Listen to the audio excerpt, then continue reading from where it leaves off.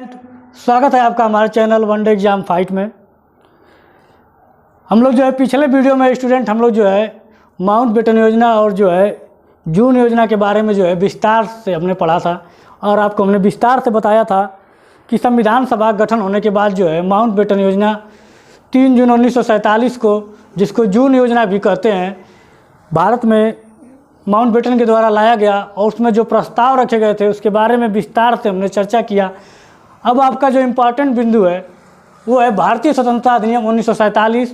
Finally जो है भारतीय स्वतंत्रता अधिनियम 1947 जो है आपका जो है आज हम विस्तार से पढ़ेंगे, क्योंकि इससे पहले हमने आपको बारे में जो है क्रिप्स मिशन, बेवल योजना, शिमला सम्मेलन और जो है कैबिनेट मिशन के बारे में विस्तार से चर्चा किए। और जब माउंटबेटन योजना जब आई और 3 जून 1947 को, तो फाइनली लगभग ये डिसाइड हो गया कि अब जो है भारत और पाकिस्तान जो है 2 अधिराज्यों की जो है स्थापना होगी अलग अलग।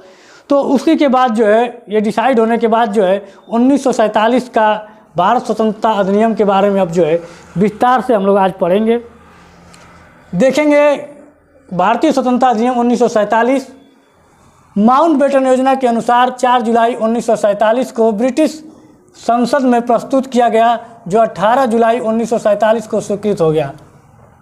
माउंटबेटन योजना जो है ब्रिटेन की संसद में 4 जुलाई 1947 को ये प्रस्ताव रखा गया और इसको जो है संस्तुति मिली, या कह लीजिए कि इसको जो है स्वीकृति मिल गई 18 जुलाई 1947 को।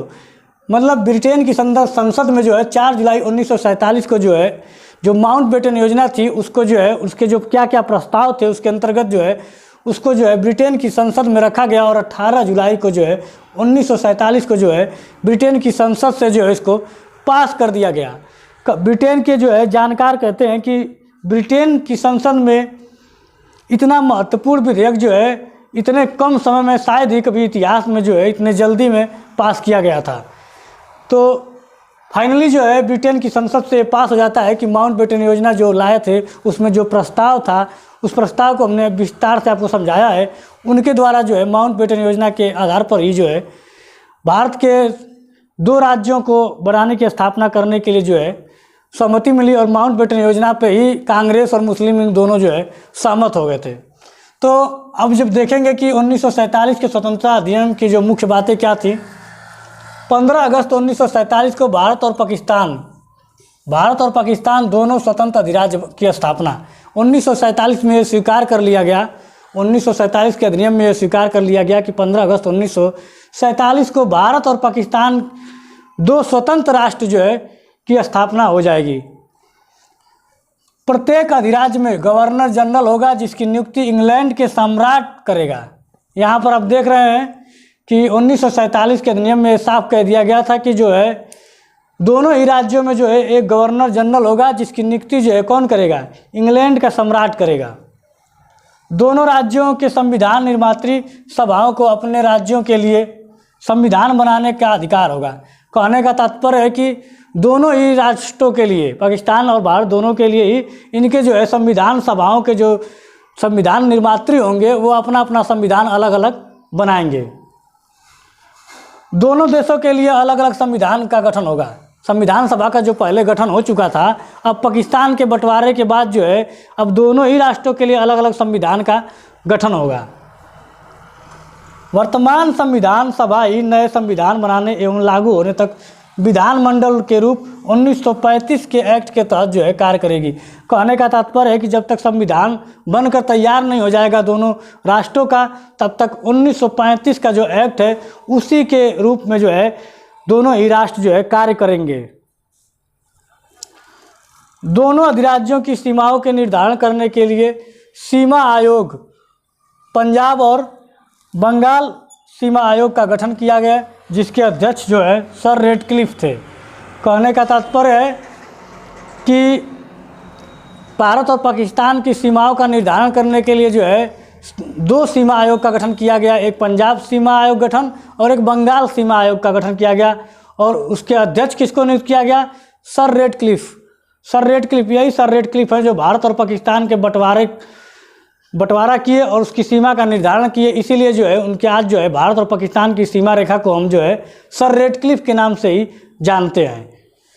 तो आपका 1947 का भारत शासन अधिनियम जो है, जो महत्वपूर्ण बिंदु थे ये आप उसमें आप जान चुके हैं। और यहाँ पे गवर्नर जनरल के रूप में जो काम करेंगे लॉर्ड माउंटबेटन जो है भारत के पहले और अंतिम जो है गवर्नर जनरल थे। उसके बाद जो है पहले और अंतिम गवर्नर जनरल जो है भारतीय गवर्नर जनरल जो है सी राजगोपालचारी थे। ठीक है, तो स्टूडेंट हमने देखा कि जो है भारत शासन अधिनियम 1947 के द्वारा जो है अलग अलग भारत और पाकिस्तान दो अलग अलग जो है संप्रभु राष्ट्र बन गए। तो इसके बाद क्या परिवर्तन होता है हम देखेंगे कि स्वतंत्रता अधिनियम 1947 के बाद जो है जो संविधान सभा थी उसमें एक अलग परिवर्तन आता है। और संविधान सभा जब अलग अलग दो संप्रभु राष्ट्र बन जाते हैं तो संविधान सभा 1947 में जो गठन हुआ था संविधान सभा का, वो संविधान सभा की संरचना में जो है बहुत बड़ा परिवर्तन आता है। उस परिवर्तन के बारे में हम लोग देखेंगे, विस्तार से समझेंगे। और यहाँ पर आप देख रहे हैं कि भारत शासन अधिनियम 1947 ने संविधान सभा की संरचना में निम्न परिवर्तन किए।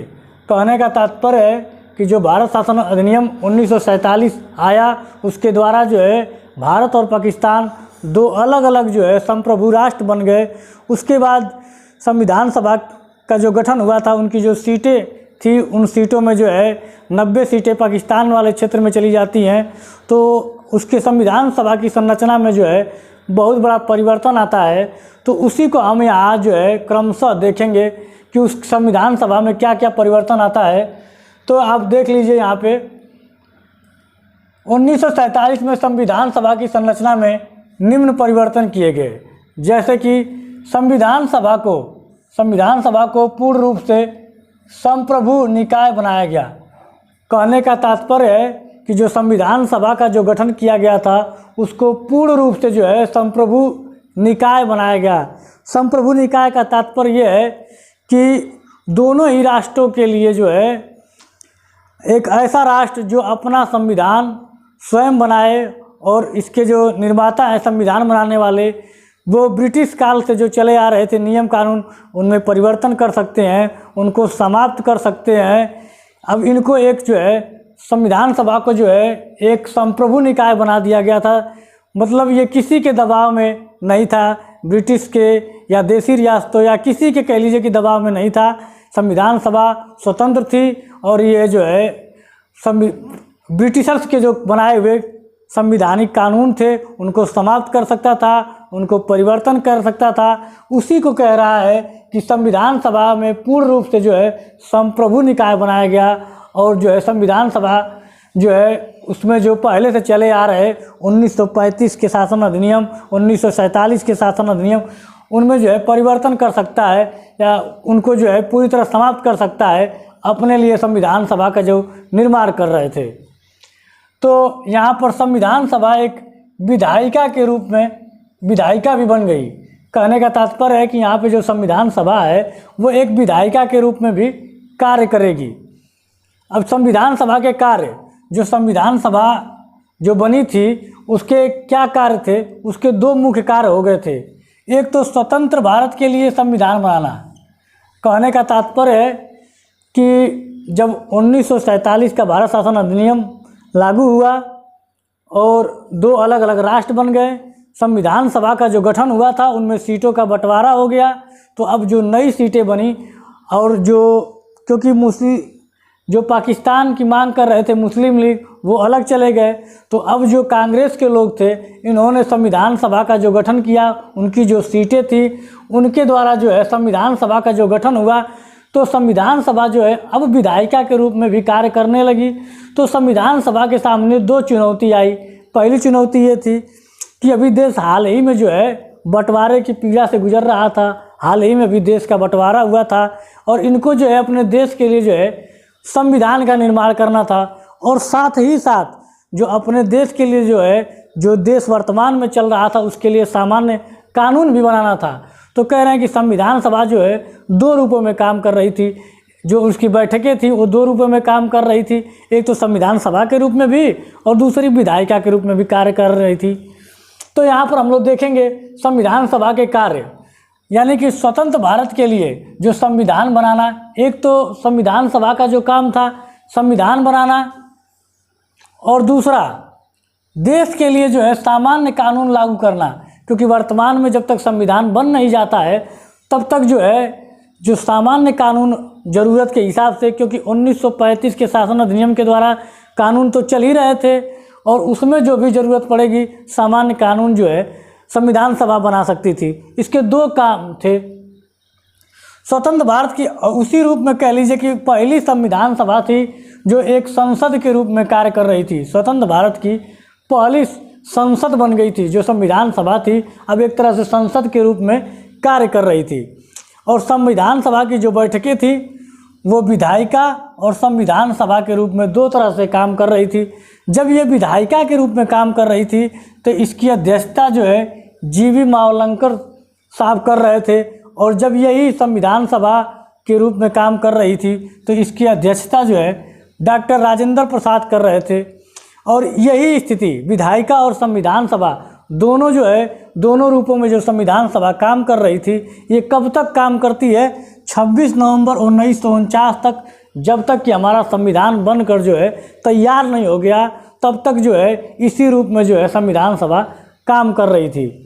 संविधान सभा की समितियां, यहाँ पर आप थोड़ा सा समझ लीजिए कि जब संविधान सभा का निर्माण हो गया, संविधान बनाने की प्रक्रिया में लग गए और सामान्य कानून बनाने लगे, तो कह लीजिए कि जब 1947 के बाद से और 1949 तक लगभग 2 सालों का जो कार्यकाल था, 2 से 2.5 सालों तक का जो कार्यकाल था, तब तक संविधान बनता हमारा रहा। तब तक जो है जो संविधान सभा थी विधायिका के रूप में पूरे देश में जो है काम कर रही थी। तो संविधान बनाने के लिए जो काम दिया गया था उसके लिए जो है कुछ संविधान सभा के जो है कुछ लोगों को जो है समितियों के रूप में बनाया गया था, और ये लोग समितियों के रूप में काम कर रहे थे संविधान बनाने के लिए। तो संविधान बनाने की जो समितियां थीं, जो संविधान बनाने की समितियां थीं, तो संविधान निर्माण की जो है संबंधित 8 बड़ी समितियां थीं और अन्य छोटी समितियां थीं। कहने का तात्पर्य है कि जब संविधान सभा जो है संविधान का निर्माण भी कर रही थी तो उसके लिए जो है छोटी बड़ी कई समितियां बनाई गई थी। तो इसमें जो है 8 बड़ी समितियां थी और कुछ छोटी समितियां थी।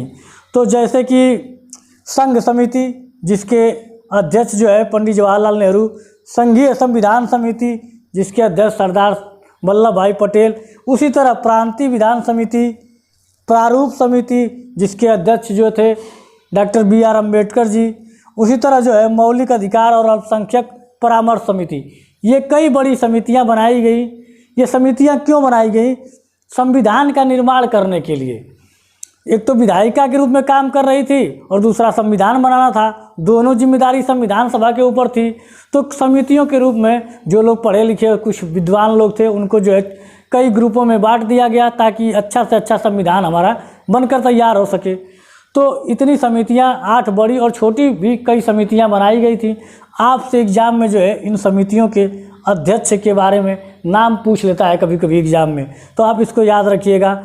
और इनमें से जो है सबसे प्रमुख समिति जो है प्रारूप समिति, यही प्रारूप समिति है जो आगे चलकर जो है संविधान का प्रारूप तैयार करती है, जिसके अध्यक्ष डॉक्टर BR अम्बेडकर जी हैं। और इसके समिति के बारे में अभी हम लोग देखेंगे। इसके बारे में संविधान के निर्माण के लिए जो है छोटी बड़ी जो है बहुत सारी समितियों का जो है गठन किया गया था।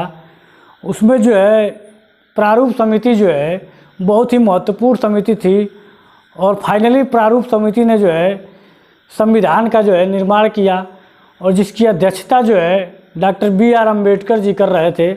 उसके बारे में हम लोग जो है विस्तार से थोड़ा सा देखेंगे। और उसमें 6 सदस्यों की जो है कमेटी थी, अध्यक्ष को लेकर जो है कुल 7 लोग सदस्य थे, और इन्होंने मिलकर जो है प्रारूप समिति के जो सदस्यों ने जो है संविधान का जो है निर्माण किया। और उसमें क्या क्या संशोधन हुए, कितने संशोधन हुए, उसके बारे में जो है विस्तार से भी हम लोग जो है चर्चा करेंगे। तो यहाँ पर देखेंगे संविधान का प्रारूप को तैयार करने के लिए जो है 29 अगस्त 1947 को प्रारूप समिति का जो है गठन किया गया। 29 अगस्त जो है 1947 को जो है प्रारूप समिति का जो है गठन किया गया, जिसमें अध्यक्ष सहित जो है कुल 7 सदस्य थे। अध्यक्ष को मिलाकर जो है कुल 7 सदस्य थे और जिसके अध्यक्ष जो है डॉक्टर BR अम्बेडकर जी हैं। ये बहुत ही इम्पॉर्टेंट है, सीधे सीधे क्वेश्चन पूछ लेता है कि प्रारूप समिति के जो है अध्यक्ष कौन थे, तो ये बहुत ही इम्पॉर्टेंट है। प्रारूप समिति ने जो है जब संविधान का जो निर्माण कर रहे थे या संविधान को बना रहे थे तो इन्होंने कई प्रारूप इसके पेश किए थे। जैसे कि इतना आसान नहीं था संविधान को बनाना। संविधान जो है बनाने के बाद जो है संविधान के प्रारूप को जो है ये प्रकाशित करते थे, फिर उस पर देखते थे, उस पर विचार, आलोचनाएं, संशोधन आता था। फिर जो है इन्होंने पहला प्रारूप पेश किया, फिर उसके बाद दूसरा प्रारूप पेश किया, फिर जो है फाइनली जो है इन्होंने जो है अंतिम प्रारूप जो है पेश किया था 4 नवंबर 1948 को। तो जो संविधान का जो निर्माण किया था या संविधान का जो प्रारूप या जो रूपरेखा बनकर तैयार हुई थी उसको जो है संविधान सभा में पेश करना पड़ता था। उस पर जो है चर्चा होती थी, उस पर जो है लोगों की राय देखी जाती थी, संविधान सभा की क्या राय है, उसमें क्या संशोधन करना है, उसमें जो है पूरी चर्चा की जाती थी। तो उसी को कह रहा है कि फाइनली जो है अंतिम प्रारूप जो है इन्होंने 4 नवंबर को जो है 1948 को जो है उन्होंने पेश किया था संविधान सभा में। और जो संविधान सभा उन्होंने बनाकर जो पेश किया था उसमें जो है एक प्रस्तावना, 22 भाग, 395 अनुच्छेद और 8 अनुसूचियाँ थी। जो मूल संविधान बनकर तैयार हुआ था उनमें ये सब थे, 8 अनुसूचियाँ, 395 अनुच्छेद, 22 भाग और एक प्रस्तावना सहित जो है तैयार हुए थे। तो इसके बाद उसमें देखेंगे कि हमारा जो संविधान था, जो प्रारूप समिति के जो सदस्य थे जिन्होंने तैयार किया था उसको मिलाकर, वो 26 नवंबर 1949 को। कहने का तात्पर्य है कि 29 अगस्त 1947 को जो है प्रारूप समिति का गठन होता है, 47 में गठन होता है और 49 में जो है फाइनली जो है ये संविधान बनाकर जो है संविधान सभा को जो है सौंप देते हैं। तो उसके बारे में, इसको संविधान बनाने में जो है 2 साल 11 माह 18 दिन जो है समय लगता है। 60 देशों के संविधान का जो है अवलोकन किया जाता है। 60 देशों, कनाडा, दक्षिण अफ्रीका, ब्रिटेन, अमेरिका और सोवियत संघ, मतलब 60 देशों का जो, आयरलैंड, 60 देशों के जो है संविधान का पहले ये लोग पढ़ते हैं, उसकी तुलना करते हैं अपने देश से, उनके देश की जो स्थितियों की तुलना करते हैं। उसके बाद जो उनके संविधान में अच्छा लगता है उसको जो है अपने संविधान में जो है सम्मिलित करते हैं। तो काफ़ी कठिन और जटिल काम था। तो 60 देशों के संविधानों का आकलन किए, उसके बाद जो है उसमें शामिल किए। संविधान को बनाने में जो है लगभग 64 लाख रुपए का जो है खर्च आया था और 114 दिन जो है चर्चा हुई थी।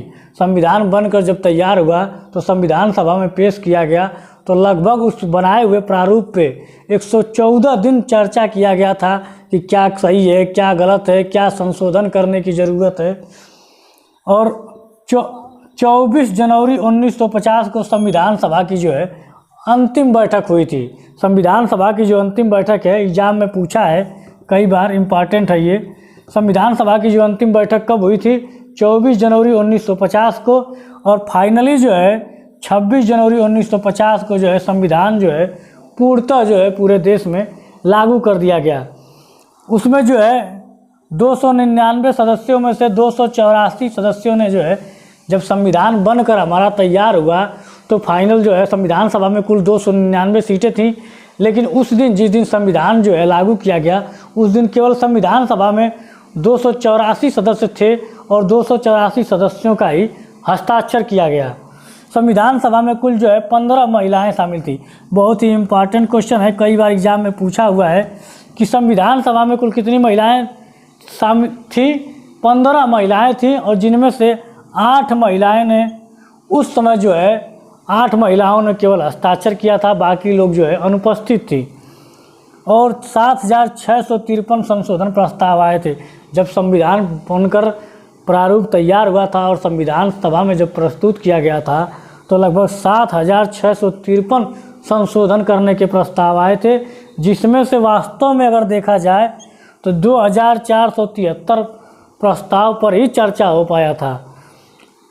लगभग जो है 7,600 संशोधन आया था, इतना बड़ा संशोधन। और सोचिए कि संविधान बन के तैयार होने के बाद उस पर 114 दिन जो है चर्चा हुई, उसके बाद जो है संविधान को लागू किया गया। यहाँ पर आप देखेंगे 26 नवंबर 1949 को संविधान बनकर तैयार हो गया था। तो प्रश्न ये बनता है कि 26 नवंबर और 1949 को जब संविधान बनकर तैयार हो गया था तो इसको 26 जनवरी 1950 को लागू करने की क्या ज़रूरत पड़ी थी, उसी दिन क्यों नहीं लागू कर दिया गया था?